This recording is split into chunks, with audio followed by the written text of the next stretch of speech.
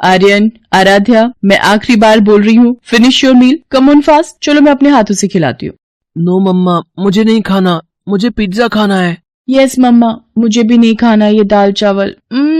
दिखने में ही कितना मैसी है ये। मुझे तो बर्गर खाना है।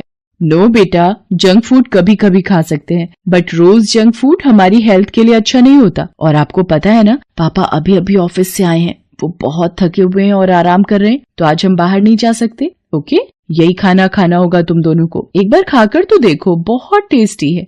आर्यन और आराध्या को घर का बना खाना बिल्कुल पसंद नहीं था। उन्हें किसी बात की कोई कमी नहीं थी। उनके पिता अभिलाष का शहर में बड़ा बिजनेस था। अभिलाष अपने दोनों बच्चों से बहुत प्यार करता था और उनकी हर जिद पूरी करता था। उस दिन भी जब आर्यन और आराध्या ने घर का खाना खाने से मना किया, तो अभिलाष तुरंत उन्हें खाने के लिए बाहर ले जाने लगा। ये देखकर उसकी पत्नी मालिनी ने उसे समझाया, सुनिए, आप ये गलत कर रहे हैं। बच्चों की जिद एक हद तक ही पूरी करनी चाहिए। आपको पता है इन दोनों की आदतें कितनी बिगड़ती जा रही हैं। दोनों घर का खाना चखने को भी तैयार नहीं है।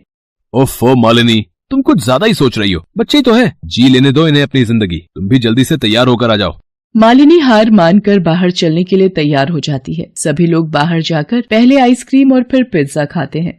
फिर कुछ देर बाद, आराध्या, जब तुमसे इतना बड़ा पिज्जा खाया नहीं जाता तो क्यों मंगवाया? जल्दी फिनिश करो, देर हो रही है। मम्मा, मेरा पेट भर गया है, अब मुझे नहीं खाना। ये बहुत गलत बात है बेटा, खाना ऐसे बर्बाद नहीं करना चाहिए। तुम्हें पता है कितने ऐसे बच्चे भी हैं जिन्हें पूरा दिन खाने को कुछ भी नहीं मिलता, और तुम ऐसे। मालिनी, अब बस भी करो। कोई बात नहीं आराध्या बेटा, आप ऐसा करो, ये पिज्जा अपने साथ ले लो, बाहर चलते हुए डस्टबिन में डाल देना। ओके?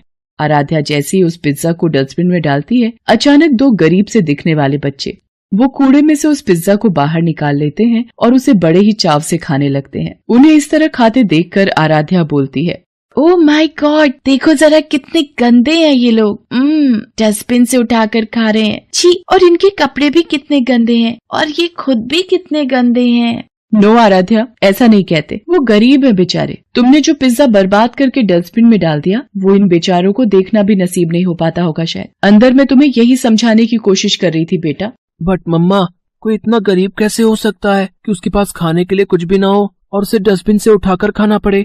सब वक्त की बात है बेटा, सब लोग आपकी तरह लकी नहीं होते। इसीलिए हमारे पास जो है, हमें हमेशा उसकी कद्र करनी चाहिए, कुछ भी वेस्ट नहीं करना चाहिए। सभी लोग गाड़ी में बैठकर घर के लिए चल पड़ते हैं। वो सभी कुछ दूर तक ही पहुँचे थे कि अचानक उनकी गाड़ी का टायर पंचर हो जाता है। वो सभी सुनसान हाईवे पर थे और रात काफी हो चुकी थी। अभिलाष गाड़ी का टायर बदल ही रहा था कि अचानक दो गुंडों ने उन पर हमला कर दिया। दरअसल इन गुंडों ने ही रास्ते में कीलें बिछा दी थी, जिनकी वजह से अभिलाष की गाड़ी का टायर पंचर हुआ। वो चाकू दिखाकर अभिलाष और मालिनी से उनका सारा कीमती सामान मांगने लगे। आर्यन और आराध्या डर के मारे रोने लगे। ये देखकर दोनों गुंडे घबरा गए। वो बच्चों पर हमला करने ही वाले थे कि अचानक उन्हीं पर किसी ने हमला कर दिया। कोई उन पर पीछे से लगातार पत्थर फेंक रहा था। गुंडे कुछ समझ नहीं पाए और डर कर वहाँ से भाग खड़े हुए। मालिनी ने देखा कि गुंडों को भगाने वाले और कोई नहीं बल्कि वही दो बच्चे थे जो पिज्जा शॉप के बाहर दिखे थे। उन दोनों का नाम राजू और पिंकी था। मालिनी ने उन दोनों से कहा,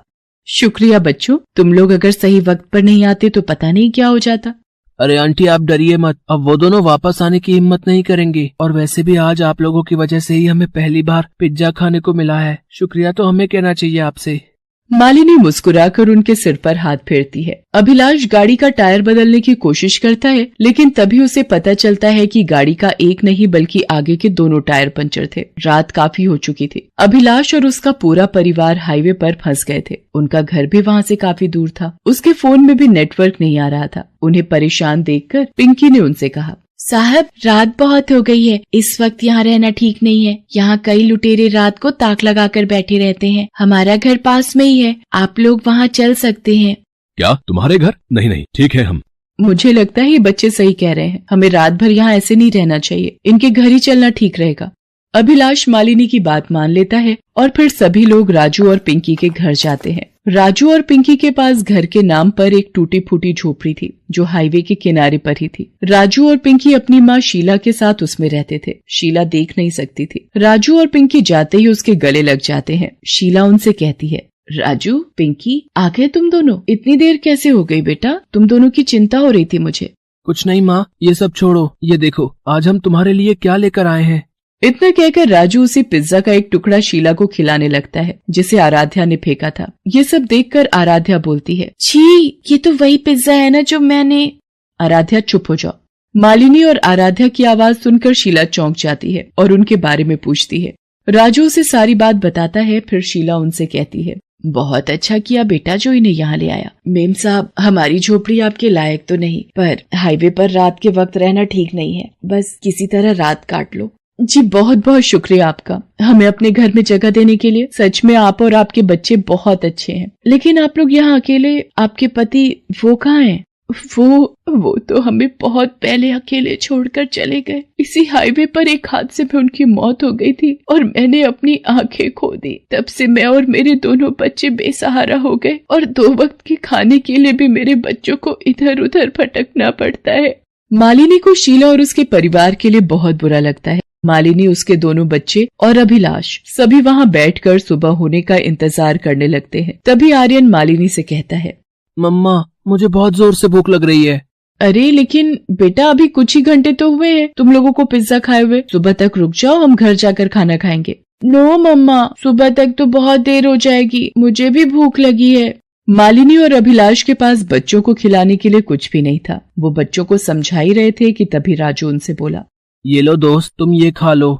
राजू के हाथ में 2 सूखी रोटी और थोड़ा सा नमक था। उसके पास खाने के नाम पर बस वही था जिसे भी वो आर्यन को दे रहा था। ये देखकर मालिनी ने उससे कहा, अरे बेटा, फिर तुम क्या खाओगे? रहने दो।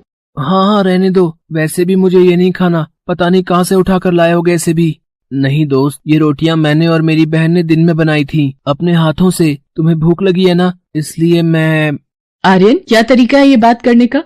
आर्यन और आराध्या को भूख लग रही थी। उस वक्त तो वो दोनों उन रोटियों को खाने से मना कर देते हैं, लेकिन रात भर भूखा रहने के बाद सुबह भी जब उनकी गाड़ी काफी देर तक ठीक नहीं हो पाती तो उनसे रहा नहीं जाता। अभिलाष मदद की तलाश में गया हुआ था। दोनों बच्चों का भूख से बुरा हाल था। तभी उन्होंने देखा कि राजू और पिंकी अपने मिट्टी के चूल्हे में फिर से गर्म गर्म रोटियां बना रहे थे। अब तो आराध्या से रहा नहीं गया और वो मालिनी से बोली, मम्मा, मुझे बहुत भूख लग रही है, इनसे कहो ना कि मुझे भी खाना खाना है।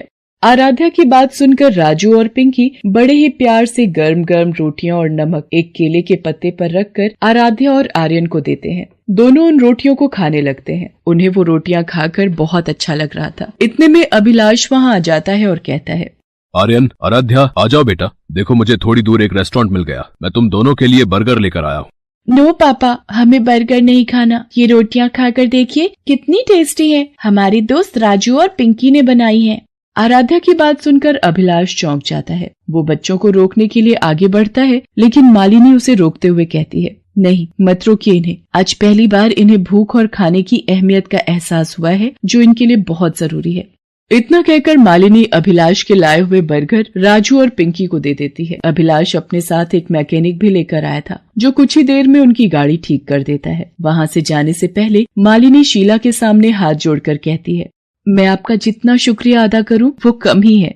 नहीं नहीं मेम साहब, भले ही हम गरीब हैं, लेकिन इंसान होने के नाते इंसानियत दिखाना हमारा फर्ज है। शीला की बात सुनकर मालिनी और अभिलाष को बहुत अच्छा लगता है। वो शीला और उसके परिवार की मदद करने का फैसला कर लेते हैं। वो जब भी वहाँ से गुजरते, राजू और पिंकी के लिए हमेशा खाने की बढ़िया बढ़िया चीजें लेकर आते। दूसरी तरफ आर्यन और आराध्या भी अब बदल गए थे। राजू और पिंकी उनके दोस्त थे और घर का बना खाना अब उनके लिए पिज्जा बर्गर से ज्यादा टेस्टी था।